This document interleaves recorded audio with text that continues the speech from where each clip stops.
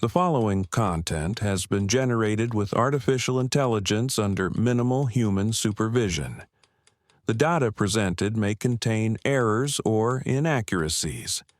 The opinions expressed in this content do not necessarily reflect the vision, position, or values of DigiAll. We recommend verifying critical information with additional sources before making decisions based on this content.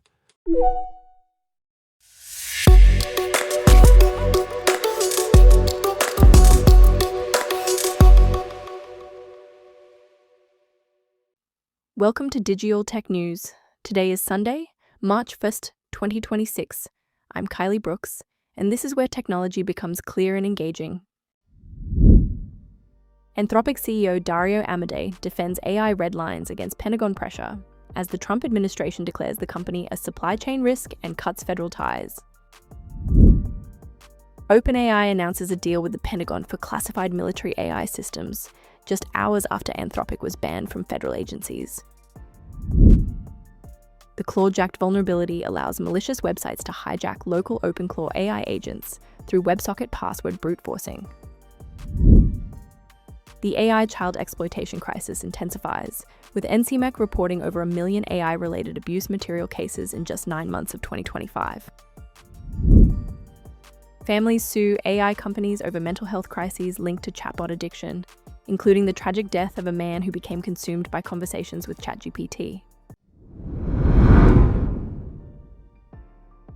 The clash between Anthropic and the Pentagon has escalated into a full-blown feud, with Defense Secretary Pete Hegseth declaring the AI startup a supply chain risk and the Trump administration cutting all federal agency access to the company's technology.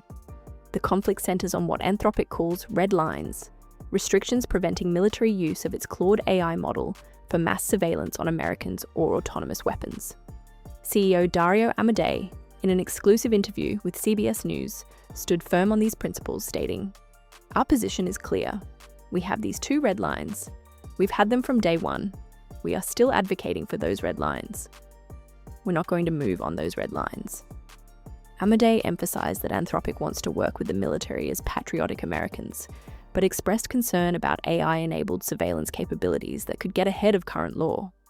The Pentagon's technology chief, Emil Michael, argued that the military needs Claude for all lawful purposes, and that federal law already prevents mass surveillance. The administration's response has been swift and punitive. Trump called Anthropic a radical left woke company, while Hegseth ordered contractors to cease all commercial activity with the company over a 6-month phase-out period. Hours after the Anthropic ban was announced, OpenAI CEO Sam Altman revealed on X that his company had signed a deal with the Pentagon for its AI tools to be used in the military's classified systems. What's striking is that OpenAI's agreement reportedly incorporates similar safety guardrails to those Anthropic had requested, prohibitions on domestic mass surveillance and requirements for human responsibility in autonomous weapon systems. Altman stated that OpenAI is building technical safeguards and deploying forward engineers to the Pentagon for safety. He urged the Department of Defense to offer these same terms to all AI companies, expressing hope to de-escalate from legal confrontations toward reasonable agreements. Defense Secretary Hegseth reposted Altman's announcement, and Undersecretary Michael praised the deal as the work of reliable partners engaging in good faith. Anthropic, meanwhile, plans to legally challenge its supply chain risk designation in court. A serious security vulnerability dubbed claw-jacked has been discovered in OpenClaw's core gateway, potentially allowing malicious websites to completely hijack local AI agents. The flaw exists in the WebSocket server that runs locally on users' machines, protected only by a password that can be brute forced due to missing rate-limiting protections. An attacker could trick a user into visiting a malicious site, then connect to the local gateway, crack the password, and gain full administrative control over the AI agent. Oasis Security, which discovered and reported the vulnerability, noted that this affects the bare OpenClaw gateway itself. No plugins or extensions required. The researchers warned that the impact extends beyond individual machines because these AI agents often have access to multiple systems, creating the potential for a much larger security breach. OpenClaw has patched the vulnerability in version 2026.2.25, released just 24 hours after responsible disclosure. The National Center for Missing and Exploited Children is facing an unprecedented surge in AI-generated child sexual abuse material. Between January and September 2025, NCMEC received over 1 million reports related to generative AI through its cyber tip line. According to Homeland Security investigations, reports of child exploitation involving generative AI increased by over 600% in the first 6 months of 2025, compared to all of 2023 and 2024 combined. Offenders are exploiting system loopholes and open-source models to create photorealistic imagery of both identifiable children and fictional ones.